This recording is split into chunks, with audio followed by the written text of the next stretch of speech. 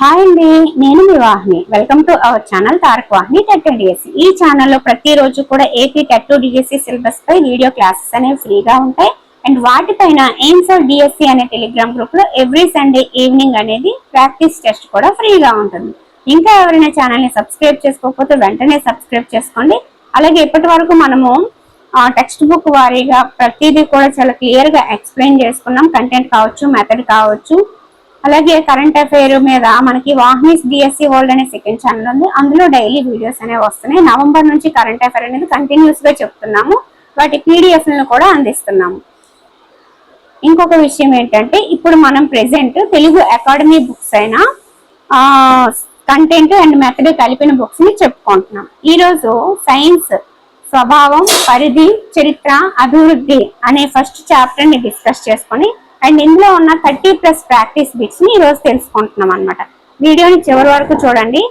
Video నచ్చితే ఖచ్చితంగా like చేయండి. ఇంతకుముందు మన వీడియోస్ అన్ని చూడండి. మీకు నచ్చితేనే సబ్స్క్రైబ్ చేసుకోండి. ఓకే ఫ్రెండ్స్, మనకి ఏదైతే సైన్స్ మెథడ్ లో ఫస్ట్ చాప్టర్ ఉందో దాని గురించి పూర్తి సమాచారమే కాదు, ఒక 30% సమాచారం ఇచ్చినట్టుగా ఉంది. సో నాకే ఎందుకో సాటిస్ఫైడ్ గా అనిపించలేదు ఈ చాప్టర్. కాబట్టి డిఎల్ఎడ్ లో మనకి ఏదైతే ఫస్ట్ చాప్టర్ ఉందో అందులో మనకి దాదాపు ఒక చాలా పేజెస్ ఉంటాయి. కానీ ఆ చాప్టర్ మొత్తాన్ని కూడా మీకు అతి త్వరలో అందిస్తాను. అప్పుడే ఈ చాప్టర్ ఫుల్ఫిల్ అయినట్టుగా నాకు అనిపిస్తుంది అనమాట. సో ఎందుకంటే ఇందులో ఎక్కువ మ్యాటర్ ఏమీ లేదు, కానీ ఒకసారి వినండి, ప్రాక్టీస్ బిట్లు చూడండి. ఓకేనా? ఖచ్చితంగా మనము దీని మీద ఇంకొక క్లాస్ ఏదైతే డిఎల్ఏ టెక్స్ట్ బుక్ ఉందో అందులో చాప్టర్ ని క్లియర్ గా తెలుసుకుందాం. Okay, thank you. విజ్ఞాన శాస్త్ర పరిచయం. సైన్స్ అనే ఆంగ్ల పదం లాటిన్ భాషలో సిరే లేదా సైన్షియా అనే పదాల నుంచి వచ్చింది. సిరే అంటే తెలుసుకోవడం, సైన్షియా అంటే జ్ఞానం. జేమ్స్ బి కొనాట్ నిర్వచనం ఏంటంటే, ప్రయోగాలు పరిశీలనల నుంచి వృద్ధి పొంది తరువాత ప్రయోగాత్మక పరీక్షలు పరిశీలనలకు ఫలితాన్ని ఇస్తూ తమ మధ్య పరస్పర సంబంధాలు గల భావనా పథకాల శ్రేణులే విజ్ఞాన శాస్త్రం అన్నారు. American association for the advancement of science ప్రకారం విజ్ఞాన శాస్త్రం అనేది నిరంతర పరిశీలన, ప్రయోగం, అన్వయం, నిరూపణల ద్వారా మనం మనని గురించి, విశ్వాన్ని గురించి అవగాహన పెంచుకొని సక్రమంగా సరిదిద్దుకునే ప్రక్రియ. పై నిర్వచనాల ప్రకారం విజ్ఞాన శాస్త్రం అనేది సంచిత అనంత అనుభవాత్మక పరిశీలనల సమూహం అని చెప్పొచ్చు అన్నమాట. ఇది యథార్థమైన సాక్ష్యాలను ఆధారంగా చేసుకునే విషయ విపులీకరణ. పూర్వకాలంలో భూమండలాన్ని ప్రాచ్య, పశ్చిమ ప్రాంతాలుగా విభజించారు. ప్రాచ్య ప్రాంతంలో ఆసియా, భారత ఉపఖండం, చైనా, మలేషియా, గల్ఫ్ మొదలైన ప్రాంతాలు ఉన్నాయి. హరప్ప, మొహంజదారో, సింధు నాగరికతలో భారతీయుల నిర్మాణ శైలి, గణిత, ఖగోళ, వైద్య శాస్త్రాలలో ఆర్యభట్ట, బ్రహ్మగుప్త, వరాహమిహిర, భాస్కర, సుశ్రుతుడు, చరకుడు, ధన్వంతరి, నాగార్జునుడు మొదలైన ప్రజ్ఞావంతుల కృషి నేటికి ఆదర్శప్రాయం. విజ్ఞాన శాస్త్రాభివృద్ధిలో భారతదేశం ప్రపంచంలోనే గురుస్థానంలో ఉన్న రోజుల్లో ఇక్కడి విజ్ఞానం పశ్చిమ దేశాలకు వ్యాపించింది. కాలక్రమేణా భారతదేశాన్ని ఆక్రమించి పరిపాలించిన విదేశీయులు మన విజ్ఞాన భాండాగారాలను, విజ్ఞానాన్ని, విలువైన సమాచారాన్ని నాశనం చేయడం వలన విజ్ఞాన శాస్త్రాభివృద్ధి క్షీణించి అపార విజ్ఞానం అనేది మరుగున పడిపోయింది అన్నమాట. ఇప్పుడు విజ్ఞాన శాస్త్ర స్వభావం చూద్దాం. ఇంకొక విషయం ఏంటంటే, ఏదైతే మనం ఇప్పుడు చెప్పుకుంటున్నామో ఈ బుక్ లో సంక్షిప్త సమాచారాన్ని ఇస్తారనమాట. దాని ద్వారా ప్రాక్టీస్ బిట్స్ అనేవి ఉంటాయి. సో దీని మీద ఆధారపడైతే ఉండదు. ఏదైతే మన డిఎల్ఏ టెక్స్ట్ బుక్స్ ఉంటాయో వాటిని చదివి ఇది రివిజన్, జస్ట్ ప్రాక్టీస్ గా యూజ్ చేసుకోండి. అండ్ ఇవి ఎందుకు తీసుకున్నామంటే, వీటిలోంచి బిట్స్ గత డిఎస్సిలో వచ్చాయి అనే విషయం తెలిసింది కాబట్టి వీటిని కూడా ఒకసారి చదివేద్దాం అనే ఉద్దేశంతో చెప్పేస్తున్నాను అన్నమాట. విజ్ఞాన శాస్త్రం క్రమబద్ధం చేయబడిన లేదా వ్యవస్థీకరించబడిన జ్ఞానం. విజ్ఞాన శాస్త్రం లక్ష్యాత్మకత, స్వీయాత్మకతలపై ఆధారపడి ధృవీకరణకి నిలబడుతుంది. కేవలం సత్యాన్నే పరిగణనలోకి తీసుకుంటుంది. విజ్ఞాన శాస్త్రం అంటే ప్రక్రియ మరియు ఉత్పన్నం. శాస్త్రీయ పద్ధతిని అనుసరించినప్పుడు విజ్ఞాన శాస్త్రం శాస్త్రీయ ప్రక్రియగా వ్యవహరించబడుతుంది. సత్యాలను రాబట్టడంలో పరిశీలన ప్రయోగాలపై ఆధారపడుతుంది. తద్వారా సిద్ధాంతాలు, భావనలు, సూత్రాలని రూపొందిస్తుంది. విజ్ఞాన శాస్త్ర పరిధి చూద్దాం. విజ్ఞాన శాస్త్ర పరిధి చాలా విస్తృతమైనది. తన పరిధిలో సత్యాన్ని కనుక్కోవడానికి ప్రయత్నిస్తుంది. పరిశీలింపదగిన, రుజువుకి నిలబడిన విషయాలని తన పరిధిలోకి తీసుకుంటుంది. వేల సంవత్సరాల మానవ మేధోమథనాన్ని సరిగ్గా అవగాహన చేసుకోవడానికి విజ్ఞాన శాస్త్రాన్ని స్థూలంగా భౌతిక, రసాయన, జీవశాస్త్రాలుగా విభజించడం జరిగింది. భౌతిక శాస్త్రం ఇది పదార్థం మరియు శక్తి యొక్క స్వభావం, లక్షణాలకు సంబంధించిన విజ్ఞాన శాస్త్ర శాఖ. భౌతిక శాస్త్రం అధ్యయనం చేయడం వల్ల భూమి, సౌర వ్యవస్థ, నక్షత్ర మండలాల ఆవిర్భావం, పదార్థం వాడుకలోకి ఎలా వచ్చింది అనే దాని గురించి మరింత తెలియజేస్తుంది. రసాయన శాస్త్రం పదార్థం మరియు దానిలో జరిగే మార్పుల గురించి అధ్యయనం చేసే శాస్త్రం. ఇది పదార్థం యొక్క సంఘటనం, ప్రవర్తన, నిర్మాణం మరియు లక్షణాలతో పాటు రసాయన ప్రతిచర్యల సమయంలో అది పొందే మార్పులకు సంబంధించింది. జీవశాస్త్రం జీవుల పుట్టిక, నిర్మాణం, శరీర ధర్మక్రియ, పెరుగుదల, పరిణామం, విస్తరణ మరియు వర్గీకరణతో సహా వాటి అధ్యయనం.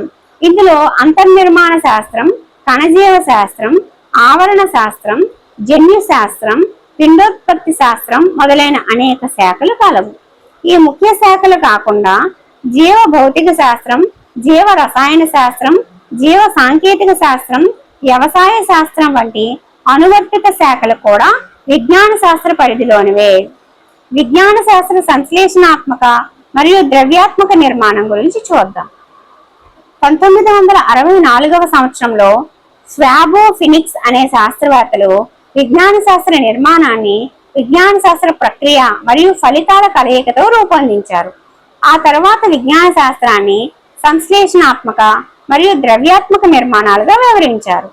జ్ఞాన సముపార్జనలో అవలంబించే పద్ధతులు, ప్రక్రియలు, వైఖరులతో కూడిన సత్యాన్వేషణ విధానమే సంశ్లేషణాత్మక నిర్మాణం. ఈ సంశ్లేషణాత్మక నిర్మాణంలో పరిశీలన, సేకరణ, వర్గీకరణ, మాపనం, ప్రాక్కల్పన, ప్రయోగం, వ్యాఖ్యానం, ప్రాగుక్తీకరణం మొదలైన ప్రక్రియలు ఇమిడి ఉంటాయి. వివిధ ప్రక్రియల ఫలితంగా కనుగొనబడిన యథార్థాలు, భావనలు, నియమాలు, సూత్రాలు, సిద్ధాంతాలతో కూడిన సంచిత పరిజ్ఞానమే విజ్ఞాన శాస్త్ర ద్రవ్యాత్మక నిర్మాణం. విజ్ఞాన శాస్త్రాన్ని చక్కగా అవగాహన చేసుకోవడానికి విజ్ఞాన శాస్త్ర నిర్మాణాన్ని హెన్రీ పాయింకేర్ మరియు ఆర్సి శర్మ అనే విద్యావేత్తలు నిర్మాణంలో ఉన్న భవనంతో పోల్చారు. విజ్ఞాన శాస్త్ర చరిత్ర మరియు అభివృద్ధి. హోమోసెపియన్స్ ఒక జాతిగా ఆవిర్భవించినప్పటి నుండి మానవ జాతి మనుగడ కోసం అనేక క్రమ పద్ధతులు ప్రకృతిలో ఉన్నాయి.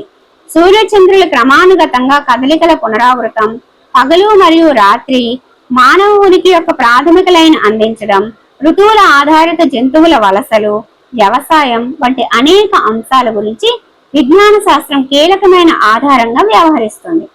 రాత వ్యవస్థల ఆగమనంతో ప్రాచీన ఈజిప్ట్ మరియు మెసపటోమియా వంటి నాగరికతలలో శాస్త్రీయ ప్రక్రియలకు ప్రత్యక్ష సాక్ష్యం స్పష్టంగా కనిపిస్తుంది.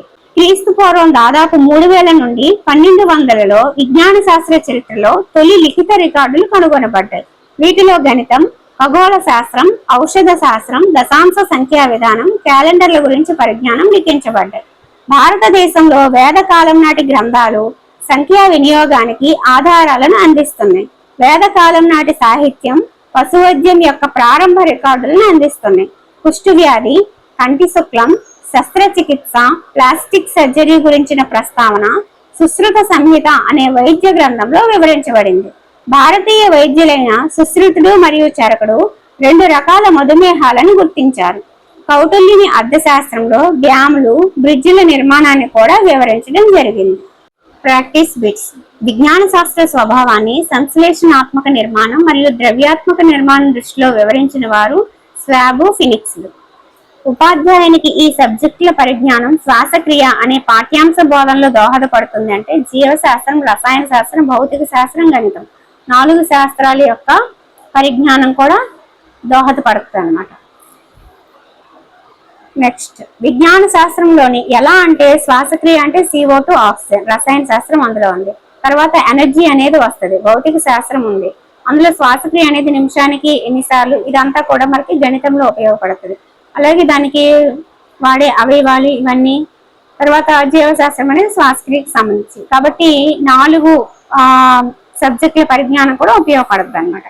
విజ్ఞాన శాస్త్రంలోని అన్ని ఇతర సబ్జెక్టుల కంటే జీవశాస్త్రం ప్రాథమికమైనది మరియు ముఖ్యమైనది. ఎందుకంటే జీవరాశుల ప్రాథమిక అవసరాలను తీర్చడంలో ప్రధాన పాత్ర పోషిస్తుంది. కాబట్టి American association for the advancement of science వారి అభిప్రాయం ప్రకారం విజ్ఞాన శాస్త్రం అనేది నిరంతర పరిశీలన, ప్రయోగం, అన్వయం, నిరూపణల ద్వారా మనం మనల్ని గురించి, విశ్వాన్ని గురించి అవగాహన పెంచుకొని సక్రమంగా సరిదిద్దుకునే ప్రక్రియ. నిర్మాణంలో ఉన్న భవనంతో సైన్స్ నిర్మాణాన్ని పోల్చినది హెన్రీ పాయింకెర్, ఆర్సి శర్మ. సాధారణీకరించబడిన ఊహ లేక ఆలోచనే భావన. విజ్ఞాన శాస్త్రం యొక్క లక్షణం కానిది విజ్ఞాన శాస్త్ర విషయాన్ని ప్రయోగాత్మకంగా నిరూపించలేమన్నారు. కాబట్టి అది లక్షణం కాదనమాట.